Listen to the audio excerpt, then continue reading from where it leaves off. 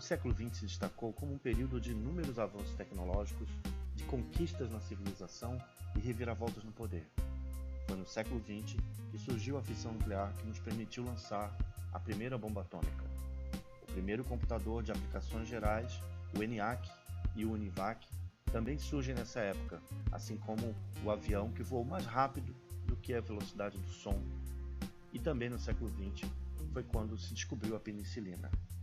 Esse grande avanço científico produziu uma bolha tecnológica que gerou volumes crescentes de documentos de informação científica.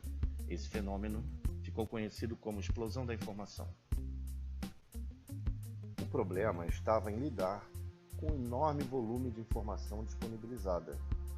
Era necessário gerenciar e controlar, estocar e caracterizar seu conteúdo, priorizando o uso de acordo com as diferentes comunidades informacionais.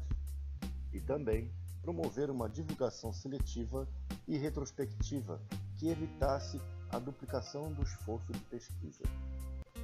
Na pesquisa científica, a comunicação desempenha papel central na ciência, uma vez que, para ser considerado científico, um determinado conhecimento deve ser aprovado por outros pesquisadores, que são os seus pares.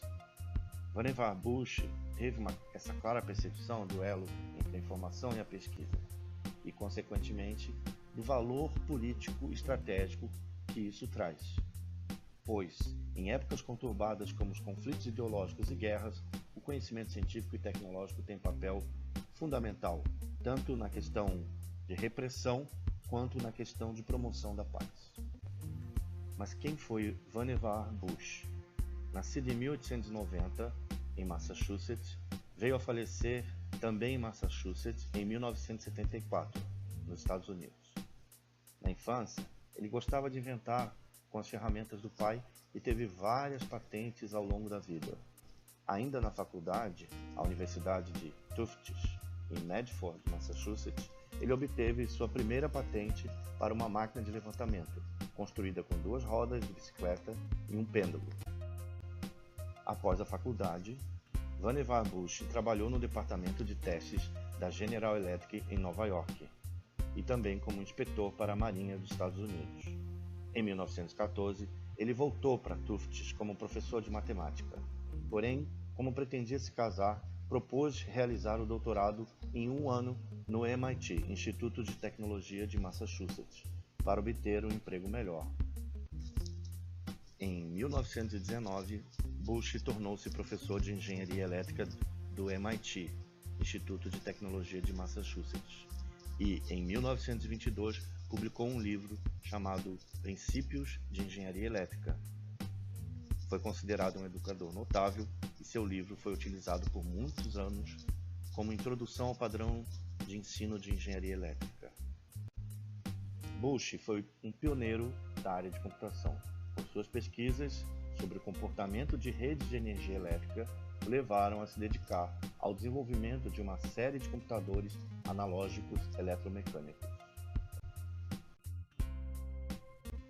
Em 1939, após o início da Segunda Guerra Mundial na Europa, Bush e outros membros da Comissão de Auxílio Científico para a Aprendizagem estavam preocupados com a falta de preparação tecnológica dos Estados Unidos e tiveram a oportunidade de discutir o assunto.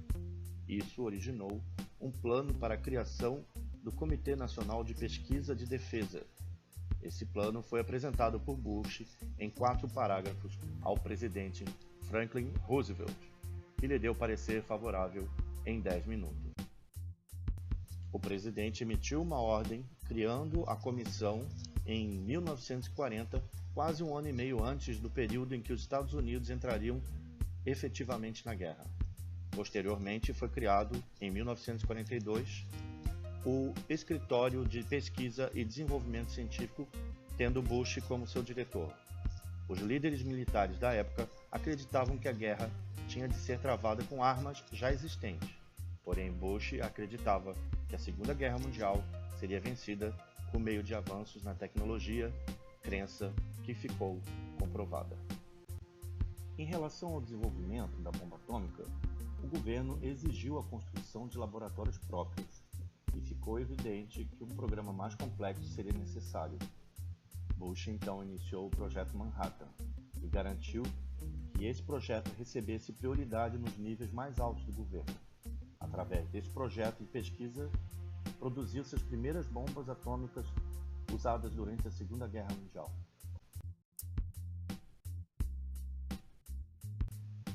O interesse de Bush em pesquisar o armazenamento e a consulta de dados fez com que ele, em 1945, escrevesse um artigo descrevendo um dispositivo que ele denominou de MEMEX, Memory Extended. Consistia num sistema onde o pesquisador poderia ter acesso quase instantâneo a livros, microfotografados, periódicos e outros materiais, através de uma trilha mecanizada para auxiliar na busca de informações relevantes. Bush, neste artigo, ressaltou que tão importante quanto o registro seria a possibilidade de consulta dos mesmos, especialmente quando a finalidade fosse a investigação científica. A consulta dos registros não seria apenas uma mera extração de dados, mas indicava que deveria ser realizada por um processo de seleção. Em relação ao processo de seleção, ele destacou em seu artigo que a principal dificuldade consistia na artificialidade dos sistemas de indexação, pois geralmente os registros eram armazenados ou por ordem alfabética, ou numérica, ou em subclasses, o que dificultava o resgate da informação.